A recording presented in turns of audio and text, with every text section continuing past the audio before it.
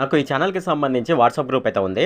ఈ వాట్సాప్ గ్రూప్‌లో నేను ఎప్పటికప్పుడు గవర్నమెంట్ సర్వీసెస్‌కి అలాగే ఎడ్యుకేషన్‌కి సంబంధించిన న్యూస్ అయితే నేను ఇక్కడైతే పోస్ట్ చేస్తాను. అలాగే దీనికి సంబంధించి నాకు టెలిగ్రామ్ ఛానల్ కూడా ఉంది. ఎవరైనా సరే ఈ టెలిగ్రామ్ ఛానల్‌లో గాని, వాట్సాప్ గ్రూప్‌లో గాని జాయిన్ అవ్వదలుచుకున్న వాళ్ళు కింద డిస్క్రిప్షన్‌లో లింక్ ఉంది. ఆ డిస్క్రిప్షన్‌లో లింక్ మీద ట్యాప్ చేసి ఈ టెలిగ్రామ్ ఛానల్ అలాగే వాట్సాప్ గ్రూప్‌లోనైతే జాయిన్ అవ్వచ్చు. హాయ్ ఫ్రెండ్ ఈ వీడియోలో నేను చెప్పేది ఏంటంటే ఫ్రెండ్స్ మనకు ఆంధ్రప్రదేశ్‌లో కొత్త గవర్నమెంట్ అయితే రావడం జరిగిందనమాట.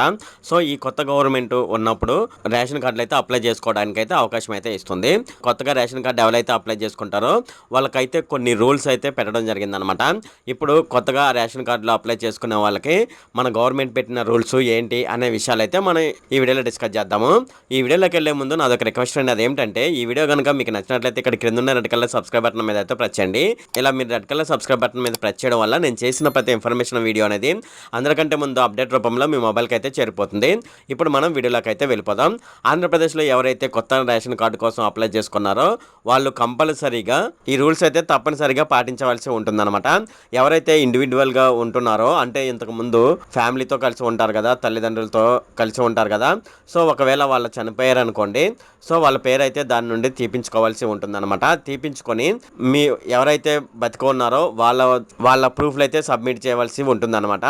అంతేకాకుండా ఎవరైతే ఫ్యామిలీ విడిపోతున్నారో అంటే మ్యారేజ్ అయిపోయిన తర్వాత వేరే సపరేట్ ఫ్యామిలీ పెడతారు కదా, అటువంటి వాళ్ళు ఎవరైతే ఉన్నారో వాళ్ళ తల్లిదండ్రుల దగ్గర ఉన్న రేషన్ కార్డులో వాళ్ళ పేర్లు అయితే ఉంటాయి కదా, సో ఆ పేర్లు అయితే తొలగించుకొని కొత్తగా రేషన్ కార్డు కోసం అప్లై చేసుకోవచ్చు అనమాట.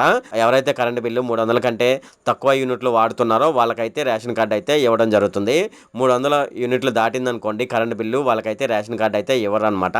అలాగే 4 వీలర్స్ ఎవరైతే కలిగి ఉంటారో వాళ్ళకైతే రేషన్ కార్డు ఇవ్వడం జరగదు. రేషన్ కార్డు అనేది బిలో పవర్టీ లైన్ అంటే దరిద్రపు రేఖ దిగువన ఉన్న వాళ్ళకి మాత్రమే రేషన్ కార్డు ఇవ్వడం జరుగుతుంది అనమాట.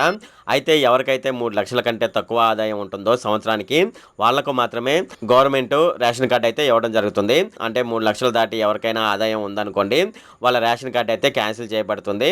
తద్వారా ఆ రేషన్ కార్డుని మనం సచివాలయంలో హ్యాండ్ ఓవర్ చేయవలసి ఉంటుందన్నమాట. ఇది ఫ్రెండ్ కొత్త రేషన్ కార్డు అప్లై చేసుకోవడానికి కావాల్సిన రూల్స్ అనమాట. ఇది ఫ్రెండ్ ఈ వీడియో కనుక మీకు నచ్చినట్లయితే ఇక్కడ కింద ఉన్న రెడ్ కలర్ సబ్స్క్రైబ్ బటన్ మీద అయితే ప్రెస్ చేయండి. అలాగే ఈ వీడియోని మీ ఫ్రెండ్స్ అండ్ ఫ్యామిలీ మెంబర్స్కి అయితే షేర్ చేయండి. అలాగే ఈ వీడియో సంబంధించి ఏమైనా కామెంట్లు ఉన్నాయి అనుకోండి, నాకు తప్పనిసరిగా క్రింద ఉన్న కామెంట్ సెక్షన్లో అయితే తెలియజేయండి. ఈ వీడియో అంతే friend. Okay, thank you friend.